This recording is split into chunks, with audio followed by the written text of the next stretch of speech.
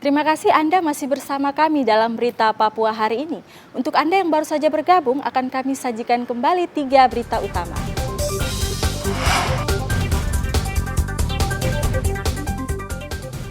Tak terima dianiaya 2 kelompok warga di Gorong-Gorong Mimika bentrok.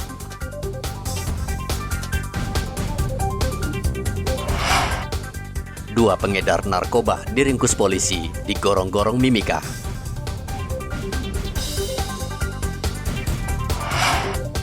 Komunitas kuda balap Merauke menggelar balapan kuda tradisional di lapangan pacu kuda Taman Pinang.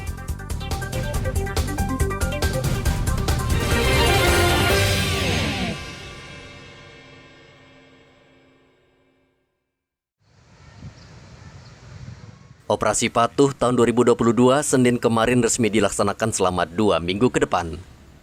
Di Merauke, polisi akan menilang setiap pengendara yang melanggar aturan lalu lintas.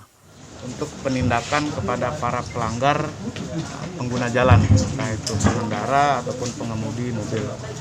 Yang pada intinya penindakan kita akan lebih banyak. Memang tujuan dari operasi Patuh sendiri membuat masyarakat patuh berlalu lintas, sehingga pada intinya nanti menekan angka laka lantas dan pelanggaran. Jadi beda dengan operasi-operasi sebelumnya Pak, yang lebih banyak lebih memberikan pemahaman ke pengendara atau yang pelanggar ini Pak ya? Ya, pada saat sebelum operasi Patuh ini kita sudah melaksanakan operasi Batik. Kita lebih cenderung memprioritaskan untuk memperingatkan ke teman-teman, ke pengendara-pengendara, ke masyarakat kita, lebih cenderung ke upaya preventif dan preemptif, pencegahan, himbauan. Tapi khusus operasi Patuh ini kita lebih meningkatkan pada upaya penegakan hukum. Sementara itu di Mimika, ratusan polisi menggelar apel pasukan dalam rangka operasi Patuh 2022. Gelar pasukan ini dilakukan di halaman Polres Mimika. Kapolres Mimika meminta polisi mengedepankan langkah-langkah preventif dan persuasif saat menjalankan tugas. Namun kepada pengendara yang tidak menaati aturan berlalu lintas, pihaknya akan menindak tegas dengan cara tilang di tempat. Laksanakan sosialisasi melalui media cetak, elektronik, dan media sosial tentang tertib berlalu lintas serta giat penyuluhan dan himbauan lalu lintas. 2. Pelaksanaan kegiatan dilakukan secara simpatik, persuasif, dan humanis. 3. Kegiatan preventif berupa tinjau wali, pengawasan, dan pengendalian, pengaduan masyarakat, dan pelayanan masyarakat. 4. Kegiatan penegakan hukum, pelanggaran lalu lintas yang berpotensi kecelakaan lalu lintas. Untuk operasi Patuh tahun ini, polisi tidak menetapkan titik operasi, namun operasi akan difokuskan di ruas jalan yang rawan pelanggaran dan rawan kecelakaan. Sementara di Manokwari, Polda Papua Barat juga menggelar apel pasukan Operasi Patuh Mansinam tahun 2022. Operasi Patuh Mansinam 2022 juga mengedepankan tindakan preventif dan persuasif serta didukung penegakan hukum lalu lintas secara elektronik. Mengedepankan kegiatan preemptif dan preventif serta didukung dengan kegiatan penegakan hukum di bidang lalu lintas secara elektronik, yaitu dengan menggunakan headlight serta teguran kepada pelanggar secara humanis. Upaya-upaya kegiatan preemptif dan preventif dalam rangka meningkatkan kesadaran dan kepatuhan masyarakat terhadap peraturan perundang-undangan lalu lintas, maka Polda Papua Barat dan jajaran menggelar operasi kepolisian dengan sandi operasi Patuh Mansinam 2022 yang digelar serentak di seluruh Indonesia dengan tema operasi adalah tertib berlalu lintas menyelamatkan anak bangsa.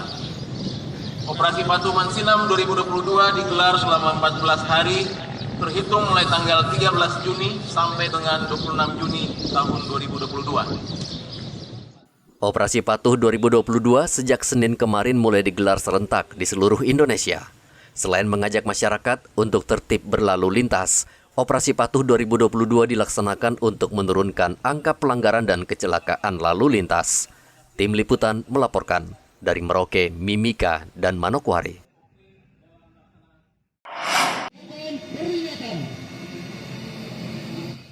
Untuk menjaga kedaulatan perairan laut, Lantamal 10 Jayapura menggelar operasi keamanan dan penegakan hukum di lapangan Satrol 10 Jayapura. Dan Lantamal 10 Jayapura Brigjen Ferianto Marpaung mengatakan kegiatan ini merupakan antisipasi maraknya penyelundupan senjata api melalui laut yang dilakukan kelompok kriminal bersenjata. Selain itu, operasi keamanan ini menurut Dan Lantamal 10 untuk mencegah penyelundupan narkotika. Ketahui juga karena kebutuhan itu oleh kelompok atau kalangan-kalangan tertentu yang oportunis, ya, dia tidak melihat kepentingan negara dan bangsa, tetapi hanya untuk kepentingan dia sendiri. Situasi ini dimanfaatkan mereka untuk, ya, salah satunya mereka berusaha menyelundupkan senjata secara ilegal masuk, ya kan, termasuk juga bahan peledak dan munisi. Laut ini medianya ini luas sekali, ya kan, banyak sekali peluang yang bisa dimanfaatkan untuk memasukkan senjata, termasuk juga barang-barang ilegal lainnya, mungkin narkoba, kemudian komoditi, ya. Jadi ini tujuan kita melaksanakan operasi keamanan dan penegakan hukum di laut, ya. Sehingga nanti dalam pelaksanaannya nanti menjadi terukur dan terarah kegiatan. Mei 2022, Lantamal 10 Jayapura menggagalkan penyelundupan 15 karung buah pinang dan ganja yang diselundupkan melalui jalur laut. Dalam operasi ini, petugas menangkap 5 warga asing yang sudah ditetapkan sebagai tersangka. Arthur melaporkan dari kota Jayapura, Papua.